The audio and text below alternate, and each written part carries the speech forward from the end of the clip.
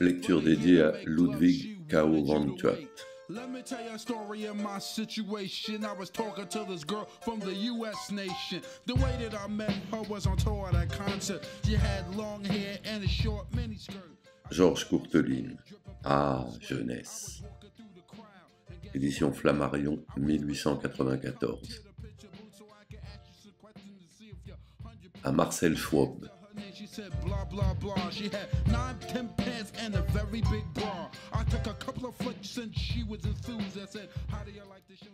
1. Ah oui, elle est bête, la jeunesse, fit notre ami le gros Claudio, une pointe d'impatience dans la voix. Bête. Qui le saurait assez dire à quel point la jeunesse est bête quand elle s'y met? Ma parole, il y a des moments lorsque je revis mon passé, où me remonte en rouge à la face la rage d'avoir été si sot, et si niais, et si stupidement crédule, et si grossièrement godiche. Là, si c'était à refaire. Il n'acheva pas. Il s'en remit à un demi-rire du soin de compléter sa pensée. En même temps, du fourneau de sa pipe tapée au bord de sa soucoupe, tombait un petit volcan de tabac qui se mit à chasser vers le ciel de lentes volutes bleu acier. « Tenez, reprit-il, parmi mes souvenirs de gamin, il y en a un surtout. Ah, Dieu! C'est à le faire monter en épingle. J'achevais ma rhétorique au lycée Condorcet, lequel, comme l'a dit de Napoléon l'excellent Joseph Prudhomme, n'était encore que Bonaparte. J'y avais pour voisin de banc un certain Robert L'Écuyer, très gentil garçon, d'une cancrerie touchante, de qui le père, faiseur célèbre, dirigeait les folies modernes dans la rue du Faubourg Saint-Denis. Une façon de théâtricule où triomphait le vaudeville à couplets et la revue de fin d'année. Ne cherchez pas, jeunes gens, vous n'avez pas connu. Je vous parle de 30 ans, moi. Et vous sommeillez encore, au cœur du chou maternel, que le père L'Écuyer était déjà au bagne pour banqueroute frauduleuse. Quelle vieille pratique ce père L'Écuyer, quel canaille! Maître escroc, professeur de vol, forban notoire et menteur émérite, il menait une vie fantastique, qu'équilibrait tant bien que mal un pilotis enchevêtré de rapines et de tripotage. Car tout lui était bon, tout, depuis le grotesque grattage exécuté sur le grand livre avec un couteau à huître, jusqu'au vol d'une pièce de 2 sous habilement pêchée au passage dans la sébile d'un aveugle. Il atteignait à ce summum du malpropre, où l'indignation désarme, découragée, mais surtout il excellait comparablement à pas un dans le bel art d'exploiter les femmes. Là, il devenait presque grandiose. Il avait recueilli de droite et de gauche un escadron de belles filles, dont il payait royalement les services sur le pied de 11 sous par jour, et qu'il ahurissait d'amendes, des 200 et 300 francs par mois, 100 sous pour une sortie en retard, 10 sous pour une entrée manquée, 1 louis pour une grimace lancée au régisseur ou un sourire jeté du coin de la lèvre à un spectateur de la salle. Et allez donc, la traite des blanches, quoi, dans toute son impudicité. Si je vous disais qu'il versait à quiconque flanquait une amende une commission de 5%, hein, ça a l'air d'une plaisanterie. Pourtant, rien n'est plus exact, à telle enseigne que le régisseur se faisait, de son propre aveu, 1500 francs par an, rien que de gelt. Jugez par là de ce que devaient être les profits du père L'Écuyer. Tout de même, il les encaissait, grave et serein. Et quand s'élevait la voix d'un tiers apitoyé, intervenant d'un ton de reproche, L'Écuyer, lui, qu'est-ce que ça peut leur faire? C'est les gigolos qui casquent. Ainsi parlait ce bon vieillard, avec une figure suant à ce point l'ingénuité et le cynisme qu'on ne savait plus exactement si on devait plutôt la couvrir de baisers ou de crachats. Quel gredin, mon Dieu, quel gredin! Bonhomme comme tout avec ça. Mon amitié pour son fils m'avait valu ses bonnes grâces, en sorte qu'il me dit un jour « Garçon, si les coulisses de mon humble boui-boui étaient pour vous de quelque attrait, il ne faudrait pas vous gêner. » Les coulisses. J'avais 17 ans, j'en portais haut la main 14, et je doute si ma sœur Lucienne, ma cadette de 18 mois, était plus que moi jeune fille. J'acceptai avec empressement, et y fis mon entrée le soir même. 2. Outre le double et étroit sentier gercé de périlleuses costières qui enfermaient la Seine sur chacun de ses flancs, les coulisses du père L'Écuyer se composaient d'un labyrinthe de couloirs zigzagant en d'éternelles ombres et du foyer des artistes, boyau en contre-haut de 2 marches, dont un miroir déchiré de paraphe soulignait, en la reflétant, l'abominable malpropreté. Là, chaque soir, de 9 heures à minuit, se déversait le trop-plein des cintres, en corsage de gaz, en bras nus, en turbulence de gamines dissipées. Tout ce petit monde entrait, sortait, épiait, voltait, esquissait des jetés, grimaçait à la glace, répondait de loin « Et ta sœur ?» aux incessants « Nouloudiou » d'un maître de ballet italien, tandis que de toutes ses jambes, les unes aux troublantes ampleurs, d'autres plus frêles, d'une telle gracilité, parfois, qu'elles étaient comme les pistils de vastes lys renversés. Je tâchais à garer de mon mieux mes jambes de potage craintif.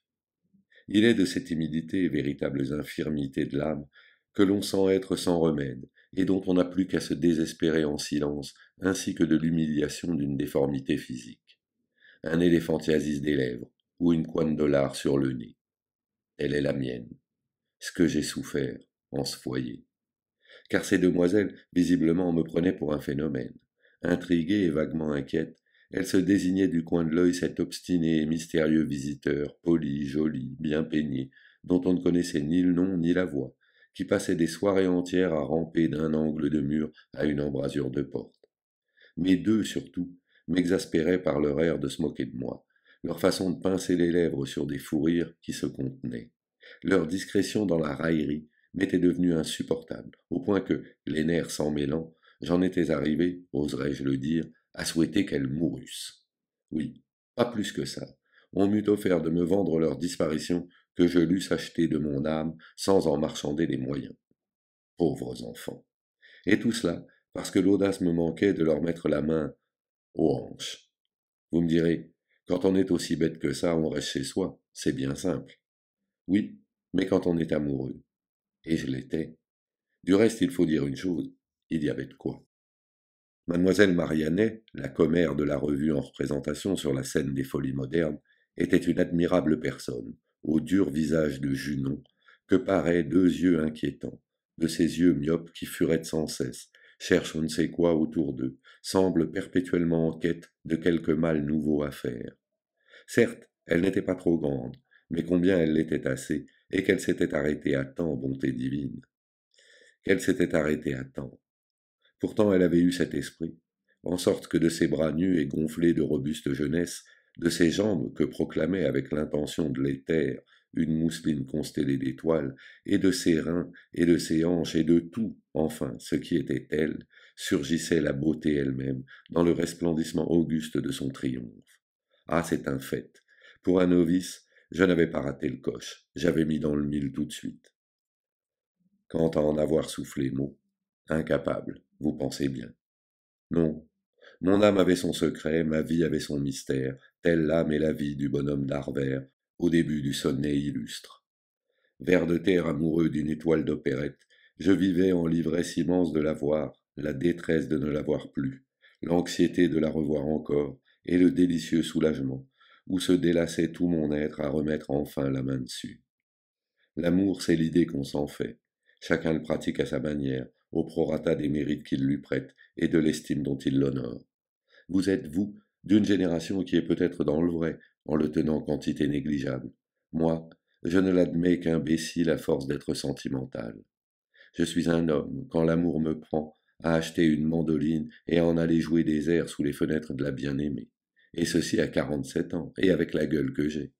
C'est vous dire si mademoiselle Mariannet trouva des fois chez le concierge du théâtre des poésies signées X. À part ça, rien du tout d'ailleurs, que mes reculs éblouis devant elle comme devant le Saint-Sacrement, lorsqu'elle traversait le foyer, et mes regards qui la suivaient de loin, accrochés à la traîne promenée de sa tunique, dont il devenait en quelque sorte l'invisible prolongement. Ça pouvait durer longtemps. Mais les femmes sentent tellement l'amour qu'elles dépisteraient un soupirant sous la dalle scellée d'une tombe. Un soir, mademoiselle Mariannet, au moment où je m'y attendais le moins, fit devant moi une brusque halte. Elle avança vers mon visage, les minces ajours de ses cils presque clos, et « Qu'est-ce qu'il a donc, ce petit ?» fit-elle à me regarder tout le temps avec des yeux de merlan frit. J'eus l'impression que, soudain, le sang de mes veines tournait en huile, le sol sous mes pieds fléchit. « Moi » balbutiai-je éperdu, « moi ?» Elle poursuivit. « Bien sûr, vous. Non, mais il est rigolo, ce gosse. Je n'ai pas vu son petit manège, peut-être. » Autour de nous, des gens riaient. L'épouvante du ridicule me donna des témérités. Et quand même, ripostai-je dressé sur mes ergots, si je suis amoureux de vous, moi. Amoureux? Oui, amoureux. Vous êtes assez belle fille pour ça. Et puis quoi? Je ne suis pas le seul, je pense. Oh, dit mademoiselle Marianne, vous pouvez même en être sûr. Elle dit, et ouvrant l'écrin qu'était sa bouche sur les perles qu'étaient ses dents, elle se mit à rire, mais à rire. Moi, le seul amoureux qu'elle eût. L'hypothèse lui apparaissait si bouffonne, si bizarre, si imprévue, qu'elle la jugeait la plus réjouissante du monde, et qu'elle en riait à pleines lèvres, d'un rire de mâle, où hurlaient de monstrueux atavismes, des gaietés de garçons bouchés, toute l'écume du sang de rustre qui lui courait sous la peau en petites couleuvres azurées. Même, à la fin, ça devenait insultant, ces éclats jetés comme des noms à mon ingénuité jalouse. Je vis le moment où j'allais perdre patience, et lui lancer « Taisez-vous donc, vous m'exaspérez, mademoiselle. Si vous traînez après vos jupes des régiments de chiens en rut, ayez la pudeur de le taire. » Une chose m'en empêcha, la survenue de l'avertisseur qui, de la porte, braillait dans le porte-voix de ses mains. « En scène, la commère, en scène !»« Voilà !» cria mademoiselle Marianne. Déjà, elle était envolée. J'éprouvais à ne la voir plus là, je ne sais quel sentiment complexe fait d'allègement et de regret, et je rentrais chez moi plein de troubles. Mais le lendemain, comme je débarquai au foyer, je l'y trouvais toute seule, les reins creusés, les coudes hauts, occupée à se lisser les tempes devant la glace. Ah, fit-elle sans se retourner, voilà mon petit amoureux. Bonsoir, dis-je. Ça va bien? Et vous? Je compris que nous étions amis. Gentiment nous nous sourîmes, et aussitôt, fidèlement, le même miroir où se reflétaient nos deux têtes renvoya à chacun de nous le sourire qui lui était dû. 3. L'âme des jeunes hommes est une fleur, comme en est une le corps des jeunes femmes. Jeune lèvre contre jeune lèvre, avec ça, on fait un bouquet. Nous eûmes, mademoiselle Marianne et moi, des amours de filles à enfants, délicieuses, pleines chez elle de gentillesse gamine, chez moi, de ces gâteries d'aïeul, où se complaisent et se satisfont les tendresses vraiment délicates. Grâce au misérable 20 sous qu'en se saignant aux 4 veines me donnait ma pauvre maman pour mes plaisirs de la journée, je trouvais le moyen, ô ingéniosité, de la bourrer de chatteries, d'avoir toujours les poches pleines d'une confusion de sucreries empoissées, sur lesquelles elle s'élançait avec une voracité affamée. Car les filles ont ce côté charmant, leur égalité d'enthousiasme devant le cadeau quel qu'il soit, leur pareille exclamation de joie pour une Victoria à 4 ou pour un cornet de berlingot. À cet égard, mademoiselle Marianne ne laissait rien à désirer. Même répétition tous les soirs. J'arrivais, elle. Mes bonbons? Moi, faisant la bête. Vos bonbons? Quels bonbons? Je ne sais pas ce que vous voulez dire. Je n'ai point de bonbons pour vous, moi. Alors, elle se faisait câline. Elle avait les rires complaisants d'une personne qui sait qu'en plaisante, prend en bonne part la plaisanterie, et montre, n'ignorant point qu'elle en sera récompensée, comme elle a un bon caractère. Et le courage me manquait de lui tenir longtemps rigueur. Je les lui donnais, ces bonbons. Mais combien parcimonieusement, diraient nos messieurs d'aujourd'hui. Je les arrachais à ma poche avec les efforts les mieux joués, et je les lui offrais un à un, riant de voir s'allumer en ses yeux les convoitises d'un bébé à qui on donne ses étrennes, et tressaillir d'aise sous la jupe la croupe superbe de cette grande bringue, moitié chatte, moitié jument. Tenez, j'ai encore dans l'oreille l'écho du cri de joie qu'elle poussa pour une pipe de sucre rouge, de la voix pénétrée dont elle me dit « merci », un soir où je lui avais donné, lié avec une faveur tendre, un paquet de minuscules journaux enveloppant du chocolat. Quelle gosse!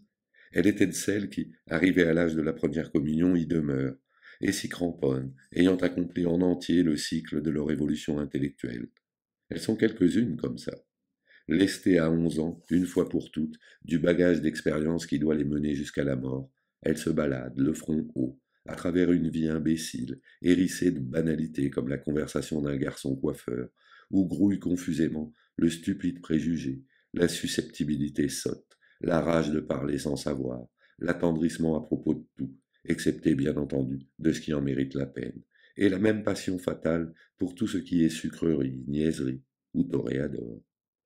Belle tête, certes, oh, très belle tête, mais de cervelle, aucunement. Oui, elles sont comme ça, quelques-unes. La vérité me force pourtant à dire, au régiment des perruches, mademoiselle Marianne eût pu être tambour-major. Sa taille le lui eût permis, et aussi l'insondable point de profondeur où atteignait sa puérilité. Elle ne fut jamais ma maîtresse. Pourquoi? Je n'en sais rien, car je l'eusse voulu, que, mon Dieu, je n'eusse eu que la peine de l'apprendre. Mais qui, sans jamais chanter en vers suffisamment pompeux les puretés du premier amour et ses humilités exquises. J'aimais mademoiselle Mariannet à la façon de ces vieux maniaques qui, volontiers, ciraient tous les jours Pamédès devant la Vierge de Murillo, et que l'idée de l'avoir à eux ferait sourire d'incrédulité. Le jour où je poussai l'audace jusqu'à l'appeler Marthe, tout court, je pensais que je la possédais, et j'eus un instant devant les yeux le voile embrouillassé du spasme. En fait, mes espérances flottaient, informulables. Elles pataugeaient en de vagues visions, d'une candeur à faire frémir. Évocation de tête à l'abri des regards indiscrets. Supposition de longues promenades sous l'ombre des forêts touffues, pleines de fraîcheur et d'oiseaux. Tout le déchaînement de folles chimères qui font les jeunes gens idiots et par conséquent délicieux. Mais surtout une idée fixe me hantait, l'inviter à déjeuner. Où? Avec quel argent? Problème que je ne me posais même pas en ma belle confiance de gamin qui risque le tout pour le tout, joue à faire l'homme, se donne les allures cousues d'or du monsieur qui régale les dames et se lance à corps perdu dans de platoniques largesses. Et tout le temps j'en revenais là. Venez déjeuner avec moi, Marthe. Hein? Venez déjeuner avec moi, ça me ferait tant de plaisir. Elle riait. Mais non, mais non. Et j'insistais, mais si, pauvre nigaud grisé du besoin d'épater, et qui ne se pose pas la question. Que deviendrais-tu malheureux avec tes 20 sous par jour si par hasard elle acceptait? Un soir, elle accepta. Eh bien, c'est entendu, demain, à la Maison d'Or, à midi. J'y serai, répondis-je. Le sang figé en mes veines, j'eus l'extraordinaire force d'âme, où la puisais-je, je n'en sais rien, de lui baiser le bout des doigts en murmurant que vous êtes bonne. Cependant, quand ma tête martelée d'inquiétude, naissait l'extravagant projet d'emprunter au père l'écuyer les 50 francs indispensables au règlement de l'addition. 4. Comme par hasard, cet excellent homme, au même instant où je lui tombais sur le poil, était en train de faire défaut à la clarté blanche d'une lampe posée près de son coude, sur la table, si bien que mon entrée en coup de vent lui causa une révolution. Un sursaut brusque l'avait mis debout, et il demeurait blême d'émoi, la dextre ouverte sur le sein gauche et contenant des palpitations. Mon Dieu que c'est bête! Mon Dieu que c'est bête! Il avait cru que c'était les gendarmes, je pense. Il se remit tout de suite, d'ailleurs, et le visage orné d'un sympathique sourire. « Ah ah, c'est vous! Salut à la jeunesse, dit-il. Que puis-je pour votre service ?» J'exposai mes prétentions. J'ai une dame à déjeuner demain, c'est une affaire de 50 francs, dont je n'ai pas le premier sou. Alors j'ai pensé que peut-être vous voudriez bien me les prêter. Je vous les rendrai, monsieur. Oh, je vous les rendrai, je vous le jure. Je vous donnerai 5 francs par semaine et... Mais transfiguré déjà, le père l'écuyer était devenu touchant. Il répétait 50 francs. Et où voulez-vous que je les prenne? Que je vous prête 50 francs? Moi? Mais depuis 2 jours, pauvre enfant, je cours Paris pour les trouver.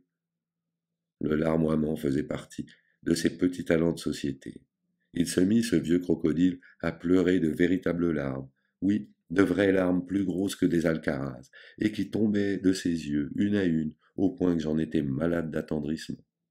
Je finis par lui dire « Ne vous chagrinez pas, je sais bien que ce n'est pas le bon vouloir qui vous manque.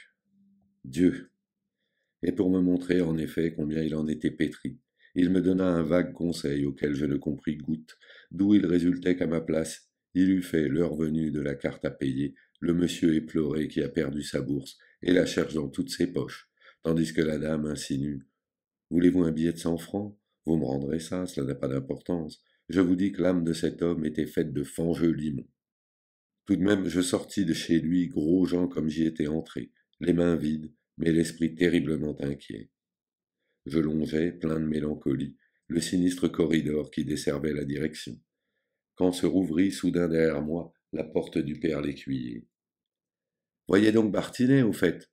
me criait de loin celui-ci. C'était l'auteur de la pièce. « Mais c'est à peine si je le connais, objectai-je déjà blême d'espoir, et aussi de l'envie de me laisser convaincre. « Ça ne fait rien, reprit l'écuyer. C'est un très gentil garçon qui ne demande qu'à obliger. Il vous prêtera ça tout de suite. Vous le trouverez au café Courtois, au coin du passage Brady. Merci. » Le café Courtois, était un petit café de Cabot, où volontiers, après la représentation, ces messieurs des folies modernes allaient manger une choucroute. Je les y trouvais au nombre de 5, dont Bartinet qui, justement, parlait du père Lécuyer. Au sein de l'allégresse générale, il comptait la dernière de cet homme de bien, un truc de billet de faveur qui n'en était pourtant pas, avec tous les airs d'en être, et qui passait comme tel au contrôle, ne payant plus ni les droits de l'auteur ni le 10% de l'assistance publique. Un hasard avait amené Bartinet à mettre la main sur le cadavre, d'où, entre lui et l'écuyer, une discussion dont il avait encore chaud, et au cours de laquelle la botte du vaudevilliste s'était fâcheusement égarée dans le fond de culotte du directeur. Je compris alors l'insistance de celui-ci à me lâcher sur celui-là. Bartinet, qui me reconnut pour m'avoir vu quelquefois au foyer, se montra charmant avec moi. Il me tendit la main. Qu'est-ce qui vous amène? Une démarche plutôt bizarre, répondis-je, et pour laquelle j'aurais plaisir à m'entretenir une minute avec vous. Comment donc? Déjà il prenait son chapeau. Bonsoir, messieurs, et me poussant doucement devant lui. Je demeure à 2 pas d'ici, vous allez me faire la conduite, nous causerons en marchant. Eh bien, dis-je en prenant le taureau par les cornes, cela est simple, comme toujours. Voulez-vous et pouvez-vous me prêter 50 francs dont j'ai le plus grand besoin? La stupéfaction qu'il montra me fit rougir jusqu'aux oreilles. Oui, je sais, c'est à n'y pas croire, mais je suis dans une situation dont il faut à tout prix que je sorte.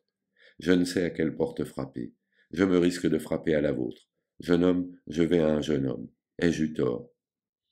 Oui et non, répondit Bartinet. Oui, en fait, car je n'ai pas le sou. Non, en principe, car votre façon de demander a une crânerie qui me plaît. Elle ne sent pas la sale carotte. Il est fâcheux que je sois si pauvre, sans quoi je me fusse fait un plaisir de vous donner vos 50 francs. C'est pour faire une bêtise, sans doute. Oui, raison de plus. Quelle bêtise. J'exposai ma petite affaire. Lui écoutait avec une extrême attention, le visage un peu couché, et le bras coulé sous le mien. De temps en temps, à la clarté tombée sur nous d'un bec de gaz, je distinguais son fin profil et le rire muet de sa moustache. Brusquement, il n'y tint plus. La nuque rentrée, le nez en l'air, le parapluie levé à bout de bras vers la lune. Ah, jeunesse, jeta Bartinet aux sonores solitudes du faubourg Saint-Denis. Non, les jeunes gens sont délicieux. Il n'y a que pour s'aller fourrer dans des situations pareilles. Mon cher, si je savais où les prendre, j'irais les voler de ce pas, vos 50 francs, rien que pour vous en faire cadeau. Du reste, ce serait insuffisant. Bouleversé. Vous croyez? Demandai-je. Il poursuivit. Bien entendu. Qu'est-ce que vous voulez faire avec 50 francs? Vous aurez déjà 30 francs de fleurs. Oui, oui, vous aurez de la chance si vous n'en avez que pour 5 louis. Il dit, rit et devint rêveur, vaudevilliste en mal d'enfant, lâché toute voile dehors à la recherche de la scène à faire. Attendez donc, attendez donc. Puis, ça y est, voilà, j'ai trouvé. Vous allez à votre rendez-vous comme si de rien n'était. Votre ami arrive. Chère belle, voulez-vous me permettre? Coup, les 30 francs de fleurs en question, que vous avez fait acheter par le chasseur de la maison d'or. La dame s'exclame. Vous, ce n'est rien. Vous allez voir tout à l'heure. Je vous ménage une surprise sur laquelle vous ne comptez guère. À table, la dame se récrie sur la magnificence du menu, la délicatesse des mets, l'excellence des vins. Vous me traitez en reine, dit-elle. Vous, attendez donc la surprise. Le dessert arrive, splendide. Il y a un bananier tout entier sur la table, chargé de bananes que vous avez fait venir de l'Inde tout exprès. Crie de la dame. C'est la surprise? Mais vous vous trompez, madame, la surprise, vous allez la voir. Et là-dessus, tirant de votre poche un revolver de fort calibre, vous vous en faites sauter le caisson. Hein? Qu'est-ce que vous pensez de ça? Je pense, dis-je, que j'aimerais mieux si quelqu'un me prêtait 50 francs. Il pouffa. Pauvre petit diable. J'ai l'air de me moquer de son histoire, point du tout. Je la trouve au contraire touchante. Allons, ne vous découragez pas. La nuit vous portera conseil. Et il n'est point de situation si inextricable qu'on en sorte. Ça s'arrangera. Allez, bonsoir. Là-dessus, il rentra chez lui et je rentrai moi chez moi, pensant avec un éloquent hochement de tête. Eh bien, me voilà joli garçon. 5. On dit de la solitude qu'elle est mauvaise conseillère. Eh bien, et le mauvais sommeil. De 2 heures du matin, heure où je me suis mis au lit, jusqu'au moment où j'envoyais promener le drap avec un geste désespéré, ah, j'en ai copé un de sommeil. Et quand je dis un, je suis modeste. J'en ai copé bien une quinzaine, de ces affreux petits dormirs qui vous brisent un monsieur comme une volée de coups de trique, où se trahit la préoccupation de l'âme, en solution à la fois heureuse et si évidemment chimérique, que vous n'y prenez même pas de soulagement passager. Tantôt, c'était un télégramme de mademoiselle Marianne, impossible de venir, ne comptez pas sur moi. Ouf. Mais à une seconde lecture, il arrivait cette chose curieuse que, sur le bleu pâle de son fond, le bleu des caractères ne se détachait plus, brusquement apâli lui-même, jusqu'à être devenu illisible. Moi, la vie petit à petit, se faisant sa place dans le songe, je pensais.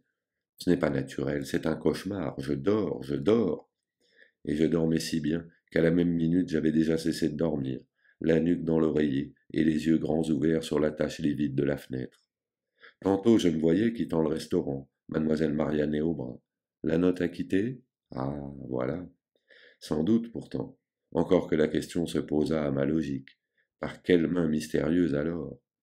Peut-être aussi avais-je, sans m'en être aperçu, conclu arrangement à l'amiable ou bénéficiai-je de cette sérénité avec laquelle sait l'âme, dans le rêve, accueillir des événements du plus surprenant imprévu. Cette hypothèse peu à peu s'implantait en mon esprit, elle s'y développait en taches d'huile, elle finissait par hurler d'évidence. Et tout à coup, un carré pâle devant les yeux, sous la nuque, une tiédeur de plumes, l'affreux éveil encore une fois. Ah, bon Dieu! Je sautais, baigné de sueur, sur mes pieds. Quelle heure? 3 heures moins un quart. Comment? Je n'ai dormi que 2 minutes. Mais un cauchemar surtout persécutait mon sommeil, le hantait presque sans répit avec l'obstination d'une brute qui a inventé une bonne scie, et voularde comme une escalope, tout vif. La pluie, vous connaissez ça, la pluie des pièces de 10 sous qu'assommées par les trottoirs des rues, une prodigalité folle, ou une étourderie sans nom. C'en était une d'abord, puis 2, et puis 5, et puis 10, et puis 20, et puis 100. Ravi plutôt qu'étonné, surpris seulement qu'autour de moi les passants demeurassent aveugles à cette manne bienfaisante visible pour moi seul, je recueillais les pièces de monnaie à pleine main, et je voulais les mettre en ma bourse, mais celle-ci débordait déjà de louis qui y étaient venus tout seuls par l'intervention du Saint-Esprit.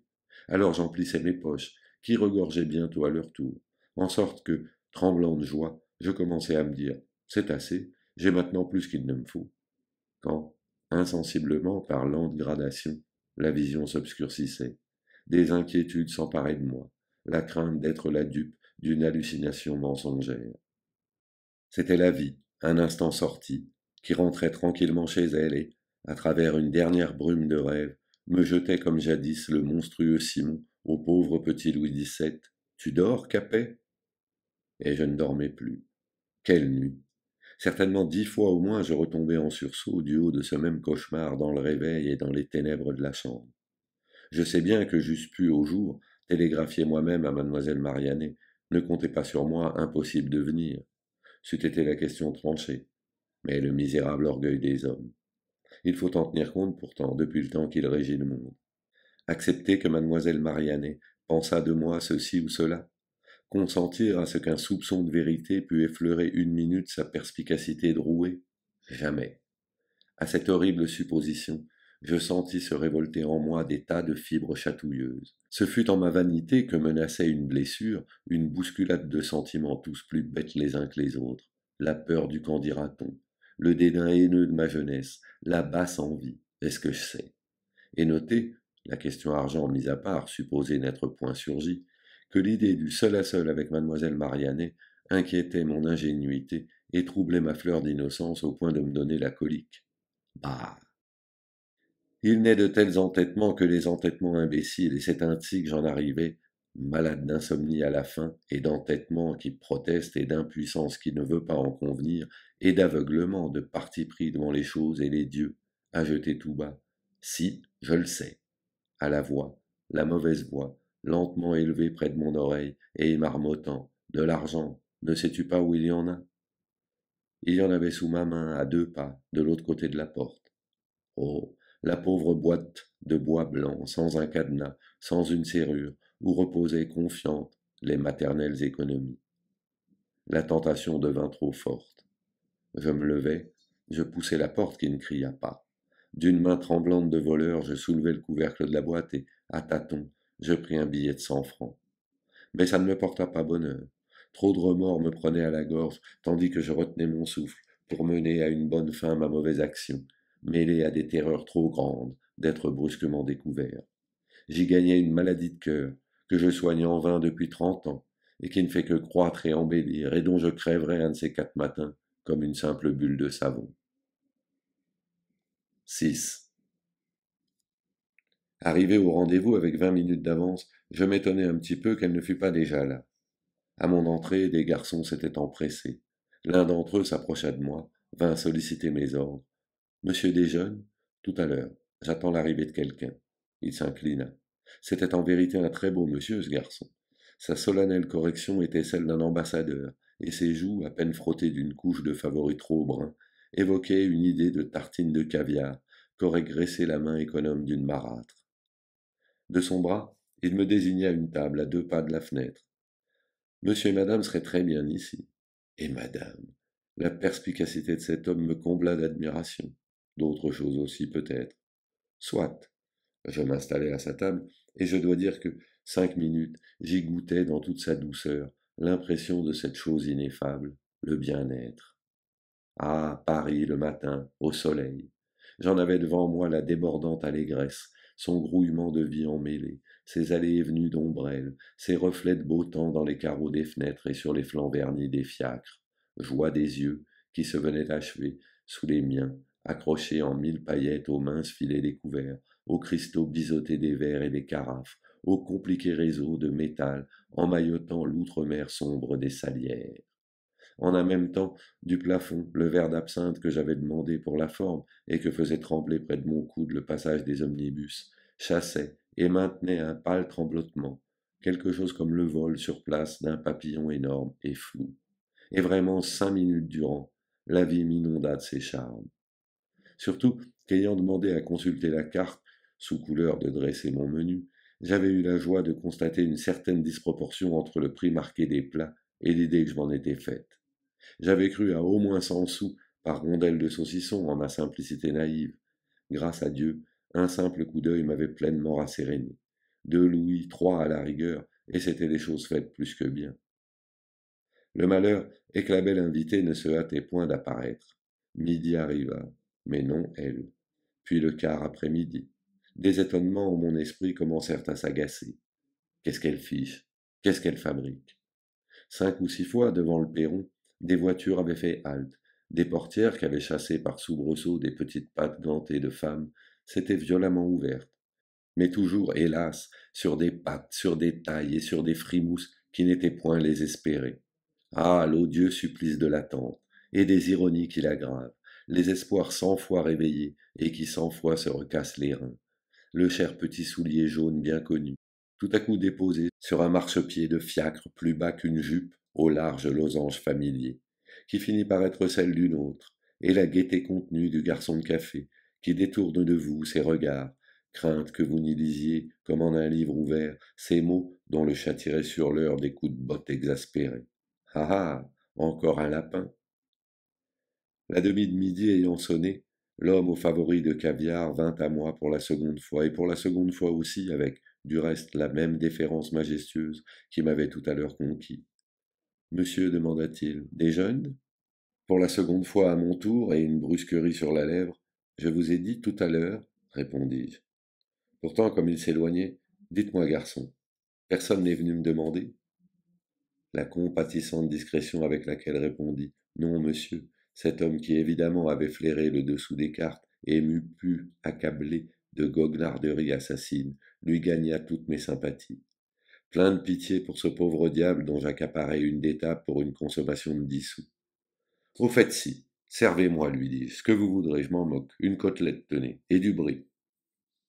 Il dut ne pas rester fermé au sentiment qui m'animait, car, tandis qu'il poussait devant moi une assiette de fine porcelaine marquée aux chiffres de la maison, madame, glissa-t-il à mi-voix, s'est peut-être trouvée souffrante. Peu.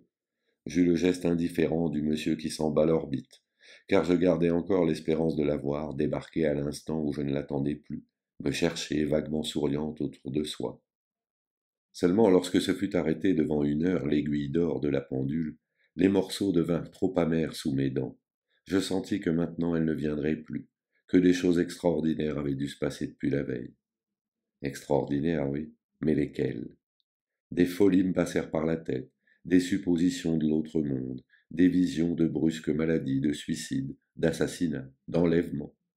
toute extravagance ridicule, faite pour faire monter à souhait en une cervelle d'enfant impressionnable et bon. Je luttais, mais 1 minute 20 où je fus par trop malheureux. Garçon, ma note. Mon dû soldé, je sautai dans une voiture. Mademoiselle Mariannet habitait boulevard Montmartre, 26, je crois, au troisième. Je sonnai. Une bonne vint m'ouvrir. Mademoiselle Mariannet, c'est ici. Puis-je la voir? Elle est sortie. Sortie? Oui, monsieur. Quand? Ce matin. Ah. Je pris un temps. Dites-moi, mademoiselle Mariannet était-elle en bonne santé quand elle est sortie ce matin? Oui, monsieur. Certainement. Pourquoi? Pour savoir. Et vous êtes sûr qu'il ne lui est rien survenu depuis hier? Aucun contretemps regrettable, un accident, un deuil de famille, quoi que ce soit? Pas que je sache. Merci. Au revoir. Monsieur, je vous souhaite le bonjour. La porte retomba. Je restai seul. Comment? Pas morte? Pas malade? Alors quoi? Pourquoi donc n'était-elle pas venue? 7. La journée s'acheva pour moi dans des transes intraduisibles, et je vous réponds que ce soir-là, je filais de bonne heure aux folies. Au moment de tourner la rue du Château d'Eau, dont le théâtre faisait l'angle, le taf me prit. J'avais eu la soudaine vision de la grille close que flanque de droite et de gauche, coupant diagonalement l'affiche du spectacle, un formidable et funeste relâche. Une suée me monta aux tempes, et mon cœur, travaillé de pressentiments funèbres, se mit à trotter sec, si sec en ma poitrine que je dus prendre un court repos. Rien de nouveau du reste, rien du tout. Comme toujours, encadrant le couronnement de la voûte qui aboutissait au contrôle, flambaient en caractères de feu ces deux mots, folie moderne, et au-dessus, inondé de lumière, se détachait en noir, sur le rose des affiches, le nom de mademoiselle Mariannet. J'en soufflais laborieusement. Le deuxième acte, justement, commençait. Par les ajours de la barrière à claire-voie qui fermait le café du théâtre, m'arrivait l'aigu grelottement de la sonnette de l'entr'acte, appelant sans se lasser au public. Je me hâtais. Je pénétrais sur scène par la communication et, ayant d'une poussée discrète chassé devant moi les tambours du foyer, je vis une chose qui me combla de joie. La nuque mirée en la glace et reposant aux moulures d'un cadre malade de la lèpre rouge, mademoiselle Mariannet se faisait du bon sang.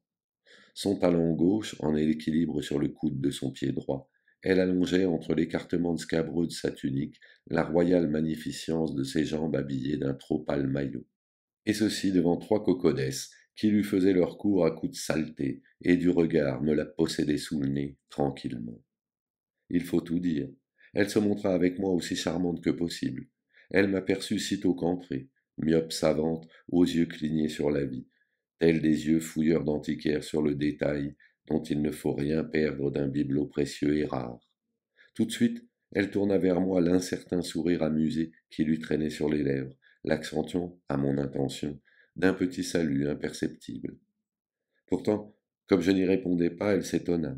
Ses paupières ne furent plus que deux minces traits d'ombre frangés de brun, et qui cherchaient. Ça ne va pas? Me cria-t-elle de loin. Puis sans attendre ma réponse, après un pardon, 1 minute, jeté aux trois petits crevés, elle vint à moi, toujours souriante.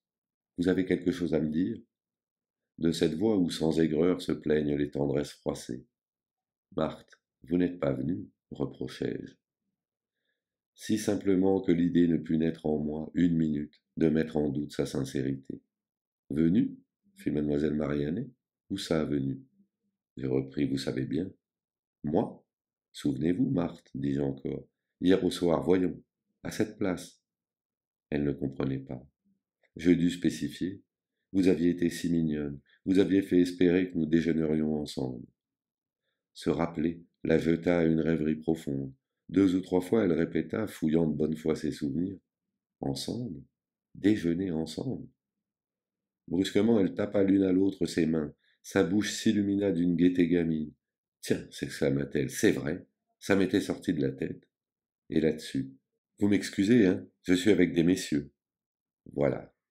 J'en avais pour 100 francs. Puisez, Seigneur, à quelle source? Pour 24 heures d'anxiété, d'humiliation, d'affreuses angoisses, et pour des semaines dont avait peuplé chaque instant la préoccupation unique d'être à elle. Sans doute, je n'avais point pensé qu'elle m'aimât, Les enfants, tout à l'ardeur de se livrer, n'ont point de ses ambitions. Mais enfin, si peu que ce fût, je croyais être quelque chose à sa reconnaissance attendrie. Et si je lui avais fait de mon cœur une façon de nid douillet, c'était avec l'espérance qu'elle s'y sentirait au chaud. Ah, what? Elle s'en foutait bien. Je m'en rendis un compte si exact que toute ma sensibilité regimba comme sous l'insulte d'une calotte. Je sentis s'effondrer bruyamment et se briser au fond de moi-même des infinités de petites choses fragiles, fragiles, fragiles. Et mes yeux soudainement ouverts se fixèrent, épouvantés, sur l'infini de sécheresse, d'ingratitude noire et d'inconsciente férocité auquel peut, le sourire aux lèvres, atteindre une femme point méchante.